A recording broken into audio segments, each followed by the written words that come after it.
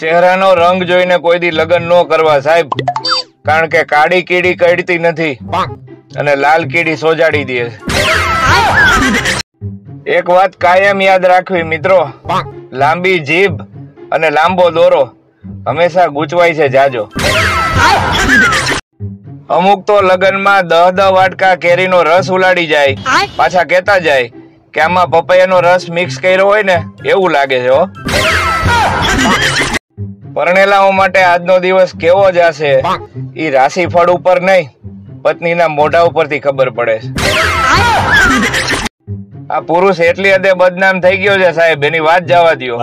કોકના લગ્નમાં મન મૂકીને નાચે ને તોય માણસો વાતું કરે કે પાર્ટી રેડી થઈને આવી લાગે છે.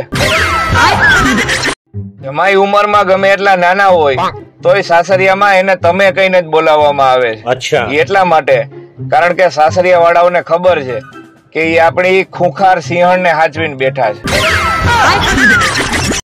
સાસુ માં કે જમાઈ પેલા તો તમે જાજુ જમતા, હવે કેમ ઓછું જમો છો? જમાઈ કે પેલા તમે રોટલી રોટલા ભાખરી 2 શાક મીઠાઈ ફરસાણ દાળ ભાત આ બધું ખવડાવતા, હવે ખાલી ચા ભાખરીમાં રોડવી દો છો. આ માણસ 84 લાખ ફેરાથી એટલો બધો નથી કંટાળતો સાહેબ, જેટલો 4 ફેરા ફરીને કંટાળે છે. ગુજરાતી મમ્મીઓ છોકરાઓને બાળપણમાં એમ કહે કે વાયડીનો થામા, અને એના લગ્ન થઈ જાય પછી એમ કહે કે બાયડીનો થામા. જીવનમાં કાયમ હસતા રહ્યો સાહેબ, કોઈને ખબર ન પડવી જોઈએ કે તમારા લગ્ન થઈ ગયા છે. લગ્ન જીવન પછી બેડરૂમની બદલાતી સુગંધ, 3 વર્ષ સુધી સ્પ્રે, બોડી સ્પ્રે અને ચોકલેટની સુગંધ, 3 વર્ષ પછી baby lotion, baby cream, baby powder અને ડાયપરની સુગંધ, અને 15 વર્ષ પછી આયોડેક્સ, મૂવ, વિક્સ અને ઝંડુબામની સુગંધ. એક બેન ફ્લેવર્ડ પાણીપુરી ખાતા હતા, તો ઓલા ભાઈ ને કહે તમે દર વખતે આ પવાલીમાનું પાણી આપતા ભૂલી જાવ છો. ઓલો પાણીપુરી વાળો કે બેન હાથ ધોવાનું પાણી છે. છાના માના બેહો, ચૂપ થઈ જાવ. આવા વાક્યો તમને સ્કૂલના સમય પછી સીધા લગ્ન બાદ સાંભળવા મળે છે.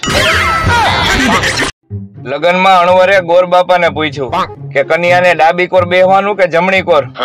ગોરબાપા કે અત્યારે ગમે ઈ કોર બેહાડો, લગ્ન પછી માથા ઉપર જ બેહવાની. આજે એક અજાણ્યા નંબર ઉપર ફોન કરીને કીધું કે સુધરી જાવ, તમારી બધી મને ખબર પડી ગઈ છે. પછી તો અત્યાર સુધીમાં 30 મિસ કોલ અને 150 સોરીના મેસેજ આવી ગયા.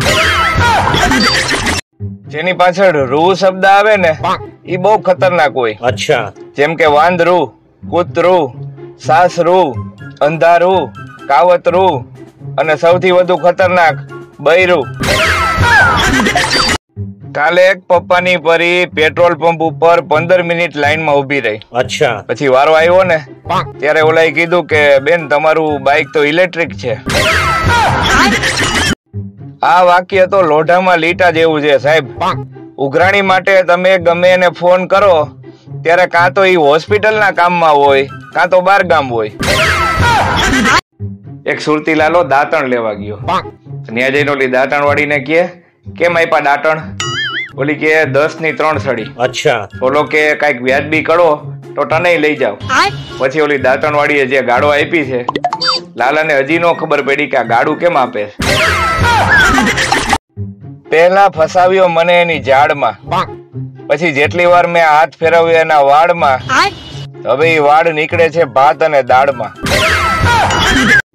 આ વાંઢાઓ પાસે દીકુ ને ચકુ ભલે ન હોય પણ 10 કલાકની શાંતિ વાળી ઊંઘ હોય છે. મન બગાડે એવા વિચારોથી અને મૂડ બગાડી નાખે એવા માણાથી હંમેશા દૂર રહેવું. પત્નીને વાવાઝોડું કેવા વાળા મારી આ વાત કાન ખોલીને સાંભળી લેજો અને બોલવામાં ધ્યાન રાખજો, કારણ કે કોઈને હોય એવું ન કહેવાય ભાઈ. બીજે બધે ઓફિસમાં રજા લેવા માટે એમ કહે કે આજે મારે કામ છે તો ઓફિસમાં નહીં આવું. અને આપણા ગુજરાતીઓ આજે મારા કાકાના સાસુ ગુજરી ગયા છે તો નહીં આવું. પ્રેમી અને પ્રેમિકા રોમેન્ટિક મૂડમાં વાત કરતા હતા.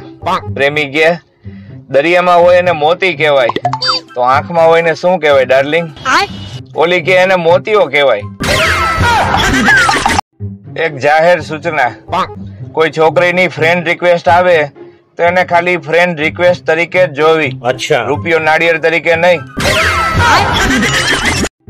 200 રૂપિયાની નોટ ખાસ કરીને જમાઈઓ માટે બનાવવામાં આવેલી છે, કારણ કે 100 ની નોટ સારી નો લાગે અને 500 ની નોટ વધારે થઈ જાય. એક ભાઈ મને વાત કરતા હતા કે જીવનમાં વડલા જેવું બનાય કે જે બધાને છાંયો આપે, આસો પાલવ જેવું નહીં. એ ભાઈને મેં ખાલી એટલું જ કીધું કે તમે ઘરમાં તોરણ છે ને બંધાવો છો, તો મને કે આસો પાલવના. તો મેં કીધું તમને કઈ તમારી મરજી મુજબ જ બધા કામ ન આવે. કોકના એક્ટિવામાં 3 જણીઓ બેહીન જાતી હોય, પાછું સ્ટેટસમાં લખે કે સિંહણ તો એકલી જ શોભે. તું રેવા દે બેન. પુરુષોના જીવનમાં કેટલી સમસ્યા હોય છે સાહેબ. માંડ દાઢી વધારી હોય ત્યાં કોકનો પ્રસંગ આવી ગયો હોય. એક નાની ટિપ્સ કે જે તમારા પૈસા બચાવશે. લગ્નમાં વાડીમાં ક્યાંક જમવા જાવ ત્યારે જમીને સોડા પીવા નજીકની પાનની દુકાન હોય ત્યાં નહીં જવાનું, થોડાક દૂર જવાનું. નતર ઈ સોડા કે પાન તમને 300-400 માં પડી શકે. અત્યાર સુધી ઊંધિયું વેચવા વાળા ઊંધિયું સ્પેશિયલ રજવાડી ઊંધિયું એવું લખતા, અને હવે ચાલુ થશે ઊંધિયું પ્રો મેક્સ. આપણે ત્યાં માણસો બે રમત ખૂબ સારી રીતે રમી જાણે. એક તો જ્યાં હક ઈસાની વાત આવે ત્યાં કબડ્ડી રમે, અને જ્યાં જવાબદારી આવે ત્યાં ખો રમે. રૂપાળી છોકરી જોઈને જો તમારું તગારા જેવડું પેટ અંદર લેવાની કોશિશ કરો ને, તો એનો અર્થ એ કે તમારી અંદરનો જેઠાલાલ હજી જીવે છે. હિપકા ભરીને રોયા મારા ભાઈબંધ.